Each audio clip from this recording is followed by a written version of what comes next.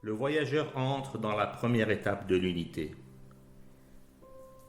Il y boit à la coupe de l'unicité et contemple les manifestations de la singularité.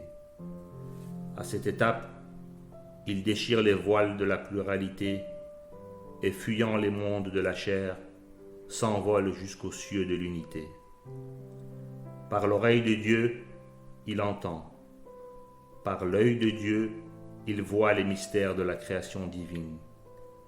Il pénètre dans le sanctuaire de l'ami et partage l'intimité de l'attente du bien-aimé. De la manche de l'absolu, il sort la main de la vérité et révèle les secrets du pouvoir divin.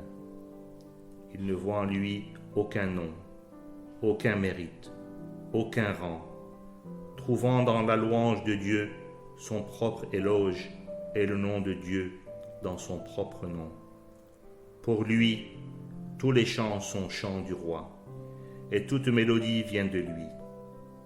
Il s'assied sur le trône de dit, tout vient de Dieu, et se repose sur le siège de il n'y a de puissance qu'en Dieu.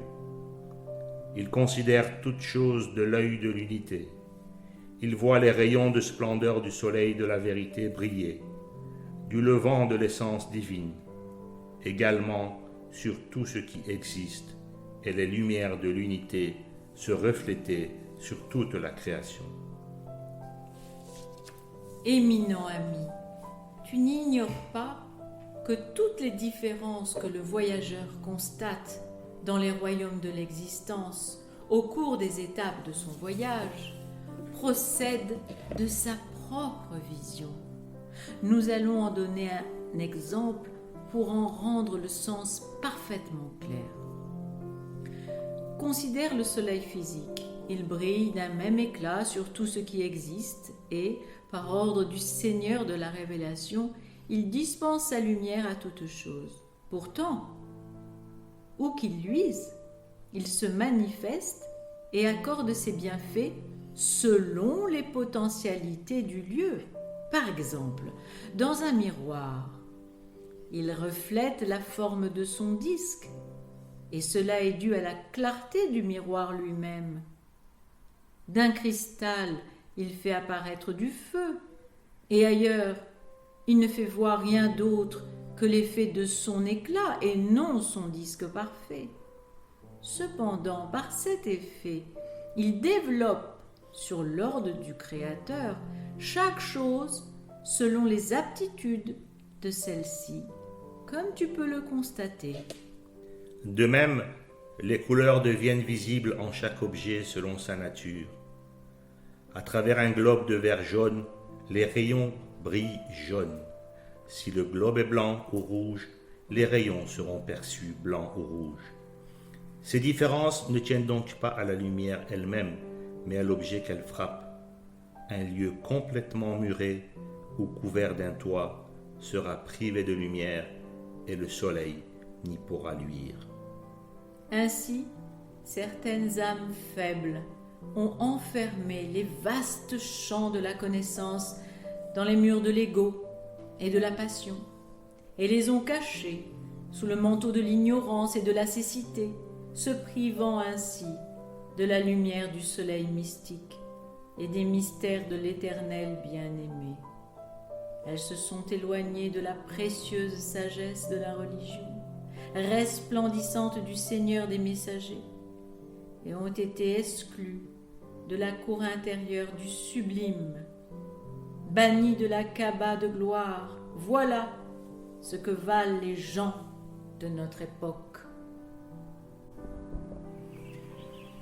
Que s'élance un rossignol depuis l'argile du moi jusqu'à la roseraie du cœur, qu'il chante d'une voix douce et mélodieuse, en arabe et en persan, les divins mystères dont un seul mot ranime toutes les formes sans vie et souffle l'esprit de sainteté sur tous les os pulvérulents, et tu verras des milliers de griffes jalouses, des milliers de serres haineuses, le traquer et faire tout leur effort pour le mettre à mort. Certes, un doux parfum semble nauséabond au bousier, et l'homme affligé d'un rhume ne respire pas les arômes suaves. Ainsi est-il écrit pour guider l'ignorant. Guéris ton cerveau de tout rhume et respire le souffle de Dieu. La question des différences entre les objets est maintenant élucidée. Mais tant que le voyageur fixe son regard sur l'endroit où la lumière apparaît, c'est-à-dire quand il s'arrête au vert, il ne perçoit que le jaune, le blanc ou le rouge. Voilà l'origine des conflits entre les hommes. Et le voile de l'obscure poussière des esprits bornés a recouvert monde. Certains contemplent les rayons de lumière, tandis que d'autres, buvant du vin de l'unicité, ne voient rien d'autre que le soleil lui-même. Les voyageurs traversent ces trois plans qui diffèrent. Leur compréhension et leurs explications diffèrent en conséquence. Et c'est pourquoi la Terre a toujours des conflits. Certains se situent au plan de l'unité divine et parlent de ce monde-là. D'autres vivent dans les mondes des limitations. D'autres encore en sont toujours au stade du moi. Et il en est de complètement aveugles.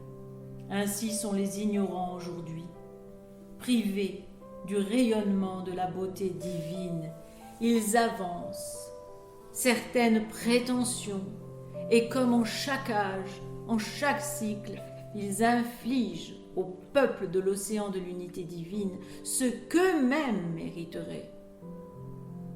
Si Dieu punissait les hommes de leurs actions perverses, il ne laisserait sur terre rien de vivant. Mais il remet cela au jour fixé.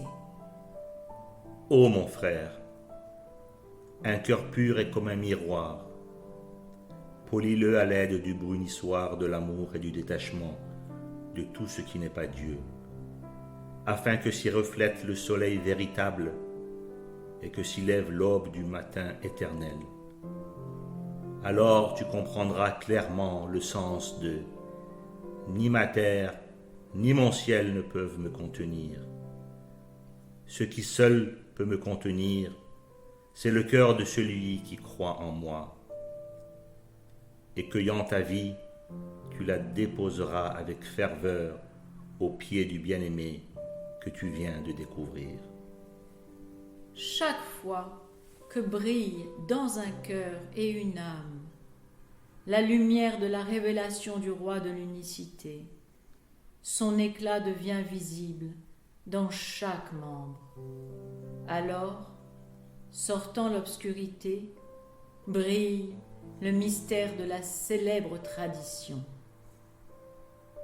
Un croyant s'approche de moi par la prière jusqu'à ce que je lui réponde. Et quand je lui ai répondu, je deviens l'oreille par laquelle il entend. Ainsi le Maître paraît dans sa maison et tous les piliers de la demeure en sont illuminés. Tout comme l'action et les effets de la lumière proviennent du celui qui donne la lumière, ainsi, par lui, tout se meut et par sa volonté, tout s'élève. Voilà la source où boivent ceux qui sont proches, ainsi qu'il est dit. Voici l'eau qui est bue par ceux qui sont proches de Dieu. Que personne cependant n'interprète ces paroles comme laissant entendre que les mondes de Dieu descendent au niveau de ses créatures, ou s'y incarnent, ni qu'elles te conduisent, éminemment ami, à de tels malentendus. Car Dieu, en son essence, est au-delà de toute montée et descente, de toute entrée et sortie. De toute éternité, il est affranchi des attributs de ses créatures et le sera à jamais. Nul ne l'a jamais connu, nulle âme n'a sondé la nature de son être. Dans la vallée de sa connaissance, le mystique s'égare En cherchant à saisir son essence, le saint se fourvoie. Il est sanctifié au-delà de l'entendement du sage. Il est exalté au-delà de la science du savant.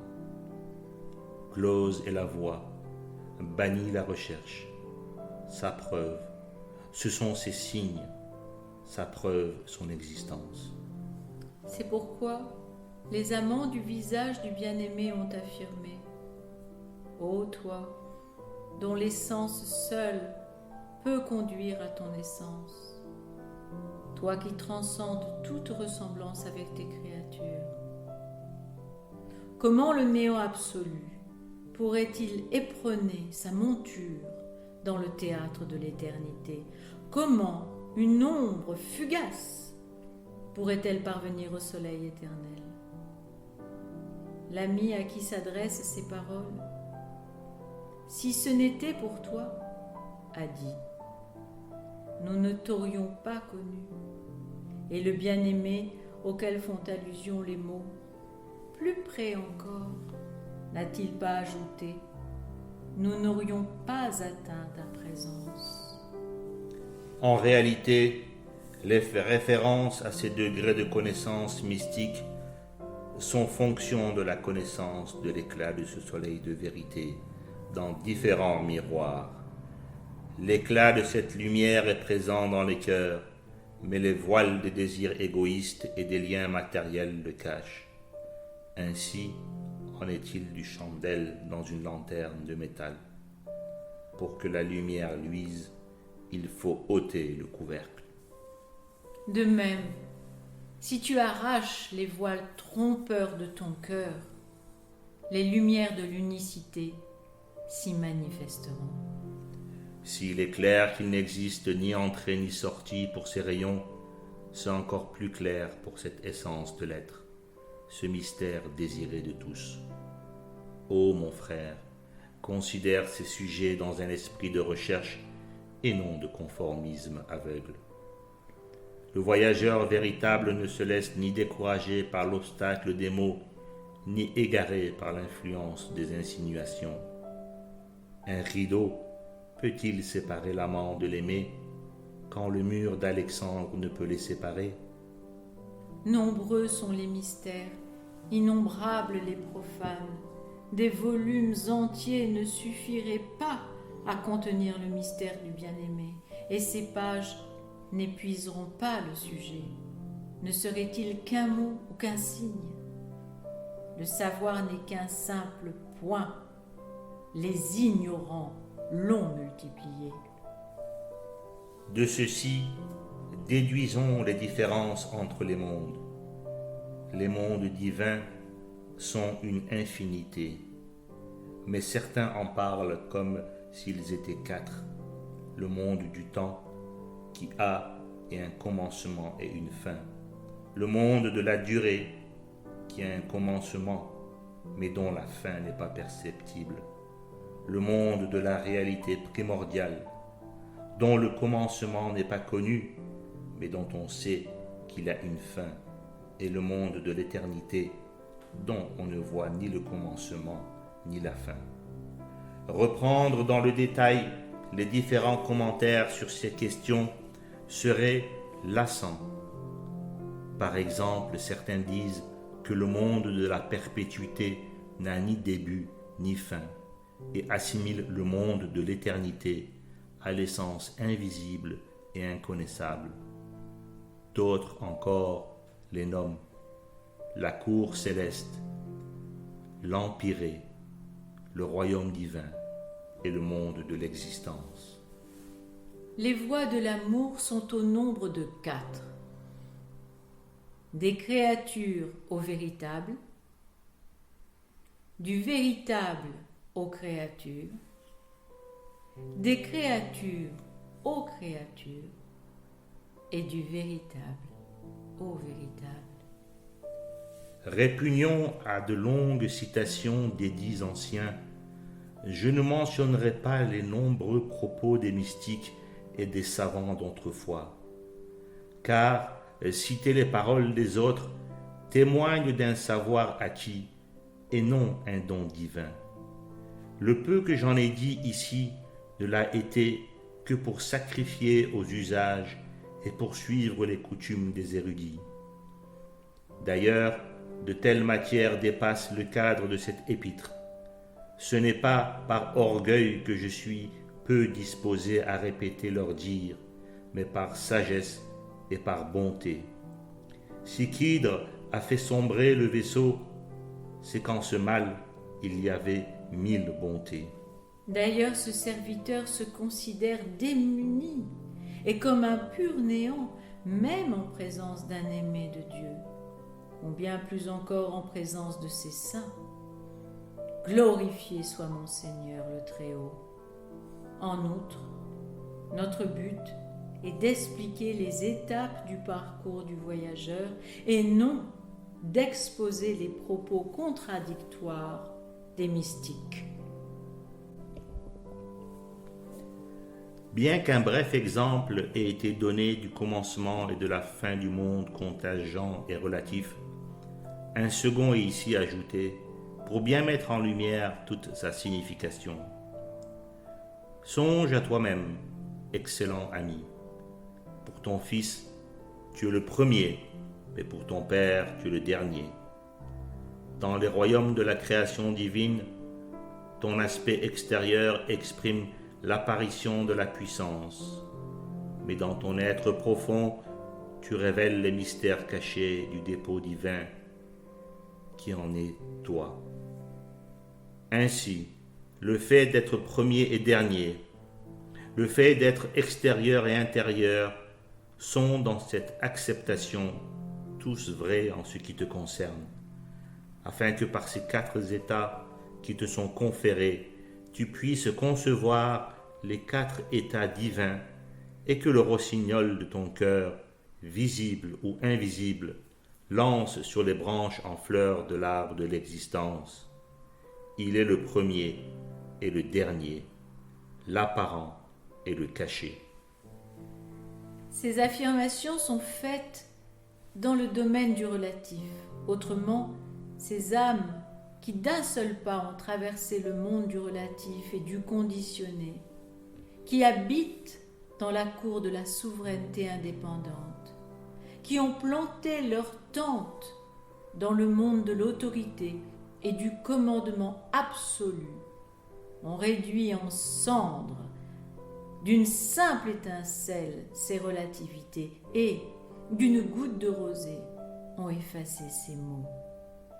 Ils nagent dans la mer de l'esprit, ils volent dans la sainte atmosphère de la lumière. Dans de tels mondes, quelle valeur peuvent avoir les mots, que ce soit premier ou dernier ou d'autres, pour qu'ils soient mentionnés ou expliqués? Ici, le premier est pareil au dernier et le dernier pareil au premier. Dans ton âme, fais de l'amour un feu et consume toute pensée et toute parole. Ô mon ami, regarde-toi. Si tu n'étais devenu père en engendrant un fils, tu n'aurais même pas compris ses propos. Maintenant, oublie-les tous, afin d'être instruit par le maître d'amour à l'école de l'unité divine, de retourner à Dieu, de quitter ce pays de l'irréel pour ta véritable condition et de résider à l'ombre de l'arbre de la connaissance. Ô toi qui m'es cher, appauvris-toi afin d'accéder à la noble cour des richesses et rends-toi humble afin de boire à la rivière de gloire et de goûter à la parfaite compréhension des poèmes que tu as demandés. Il est maintenant clair que ces états dépendent de ce que le voyageur a accompli. Dans chaque ville, il verra un monde. Dans chaque vallée, il atteindra une source. Dans chaque prairie, il entendra un chant.